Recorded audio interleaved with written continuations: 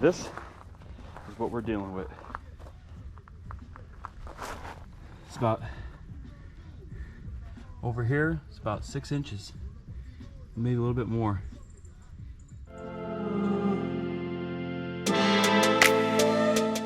What is up? Here we go, guys. I have a new little special coming. Something a little different, actually a lot different. I'm not going to do cards at all. We're actually going to be doing this. So this right here is obviously an outdoor patio. Lot to cover when we're going through this. I'm going to kind of take it step by step, part by part, as we go through the process. So let me show you guys what we're going to do in this episode of it here. So the first step we got to do, obviously we're quite far along here, but we're going to be cutting into the process that we did to get us to this point here. Obviously we're going to be doing a kitchen here. I got some water pipe and drain here, but for this first episode, bring it over here. We got to dig for the footers. So we got 6x6 posts here that we're putting in, and then we have these base plates here that actually go into the concrete about a foot down, and they're connected and they go around.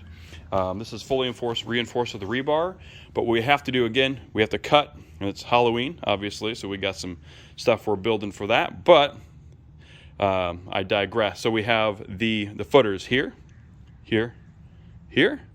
and then if we go over here, this is going to be the more interesting first step here, is we actually had to cut into the slab because of where we needed it to line up with the existing roof line and overhang on the house.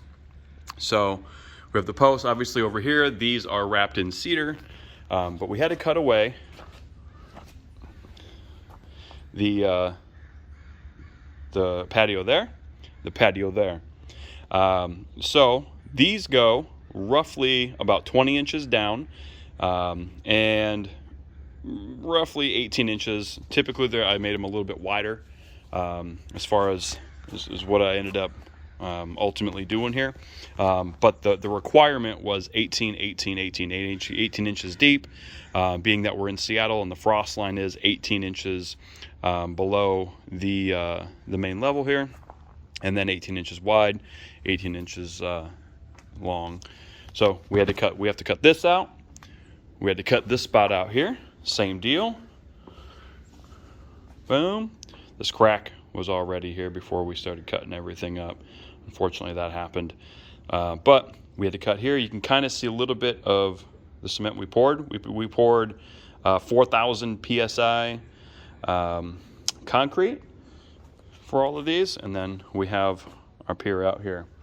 So we're going to be going through this process. Today it's going to be digging and cutting the concrete out. So let's get to that. It's going to be really exciting. Hope you guys learned something. Hope you guys enjoy the different kind of content we're doing here, and we'll check you soon. All right, let's cut to it. Peace. All right, so today we're going to be cutting the patio, and went to Home Depot, picked up this concrete saw. Highly recommended.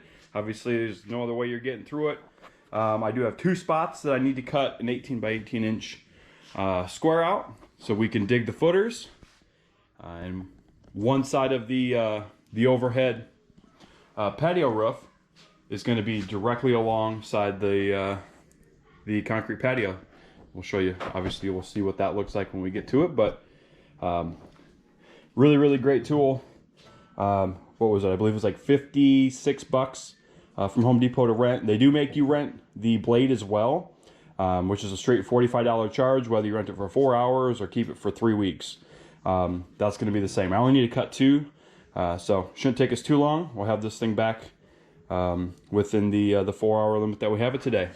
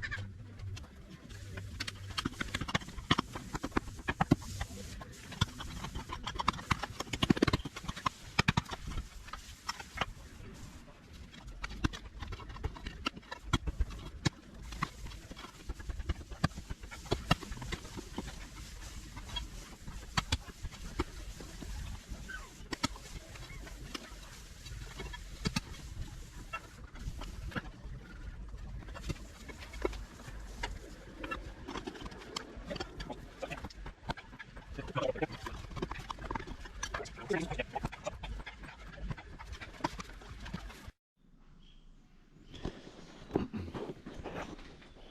right, today's digging day. We got 3 more holes to dig. Here's the tools that I've been using to do it. Again, I got to go 18 by 18 and 18 inches deep. Here in the Seattle area, the frost line is 18 inches, and code says that the bottom of the footer has to be at least 18 inches. So I've been going maybe an inch or 2 under, but for the job, making it easy, the auger, and then just a couple shovels, pickaxe, and of course a wheelbarrow to wheel everything away. So we're gonna go ahead and we're gonna get started digging some holes. Let's go. First step might seem kind of obvious, but you want to make sure that you got your spots plotted where you're gonna be digging. We have one here in the corner, one there, and the other one is in the corner here.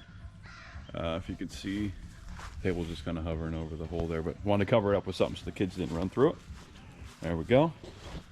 That's where we're going. We've already dug these over here. And everybody, make sure that you're getting your locates and you're, watching out, because you'll find some crazy stuff. This is an old foundation to what I believe was a garage. So that was fun to find.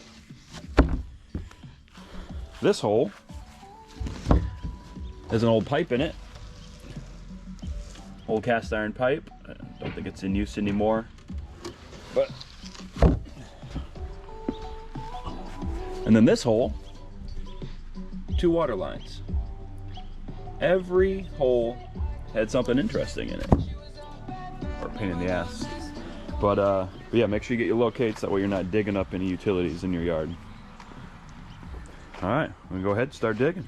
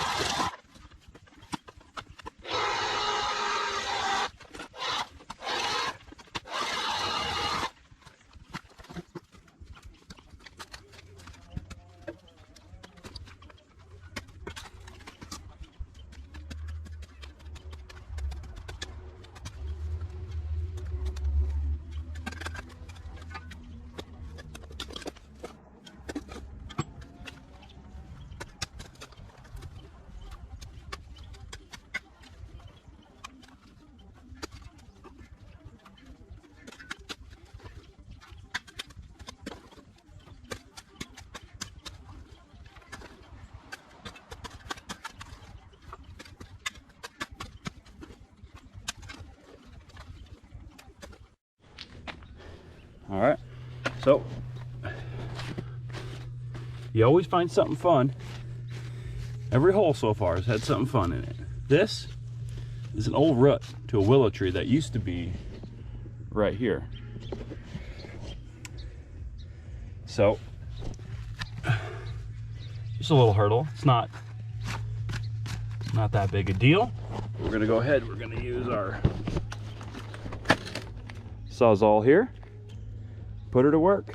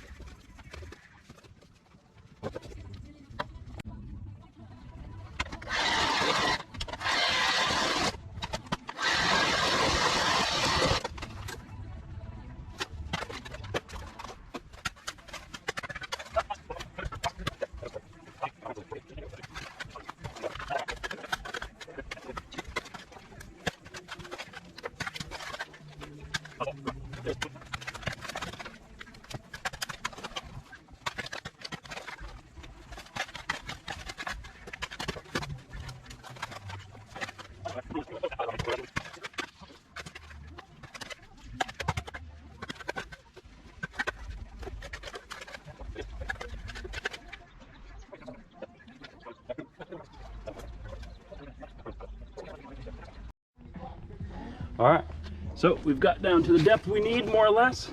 This was the worst one out of all of them because it's right next to the garage foundation. And there is a ton of river rock. So good thing is that this will make it even more sturdy and be able to support the weight of the roof that's going to be sitting on it. But we had the downspout comes down 180s around. We had to cut that, so I need to cap that, and then obviously that, but that'll be fine. That goes to a little tank that then runs out to the street. But there we go, so we got that done. I need to cap that, and then ultimately we're gonna do a French drain all the way around it, rock around that, and that'll and then this will just feed into that as it goes around, and then any of the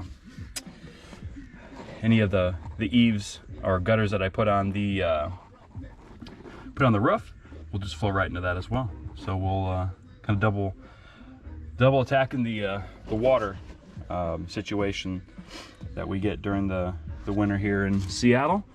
But there we go.